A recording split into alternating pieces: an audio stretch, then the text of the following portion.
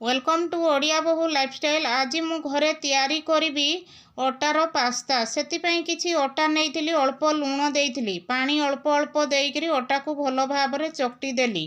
अटा चकटाटा रुटी चकटा ठारू टिके टाइट रखिली। एमती करी चिकनिया भाव में प्रथम चकटी देली। ताकू रेस्ट करने किसी समय देती। एपटे छोट गुलाटे नेली। रुटी पड़ी नॉर्मल भाव में ताकू बेली देली। किंतु रुटी ठारू टिके पतला रखिली। पतला रखिले पास्ता खाइबा समय भल टेस्ट लगी थाए। एमती जेतिकी मु करिबी सेतिकी प्रथमे मु बेली देली। एमती करी करी सब बेली सार देली। एबे गोटे पेन नेली। पेन को रुटी मझिरे रखीदेली। रोल पड़ी ताकू गुड़े देली। लास्ट रे मु पानी देकरी ताकू सील कर देली। सील कर देकरी पेन को एमती बाहर कर देली। मु जेतिकी रुटी करी सबको सेई प्रोसेस रे एमती रोल करी करी ताकू रेडी कर देली। एबे रेडी कर सारिबा परे अल्प टिके मु पानी देइथिली फुटिबा पाई। पानी भी भल भाव में फुटी गलानी। एपटे मु 2 ठुपा ऑयल देइथिली। आउ स्वाद अनुसार लुण देली।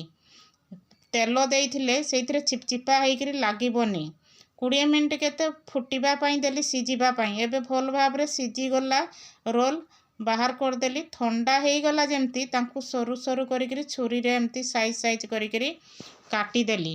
पिला मानकु प्रतिदिन स्कूल जिबा समय रे टिफिन बॉक्स कौन देवी कहिकरी चिंता थाए। पिला मानकु यूनिक करी आमे देई पारिबा। मैदार मैगी पास्ता स्वास्थ्य पाई भी खराब।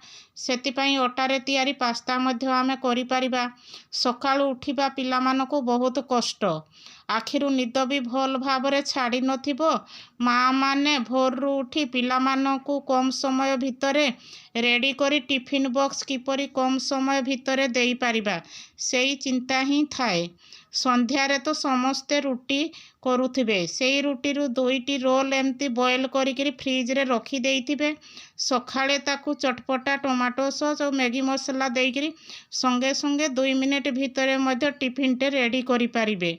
पिला मानकर स्कूल गला बेले मन पसंदर जदि टिफिन होइछि हेले खुशी होई जाती।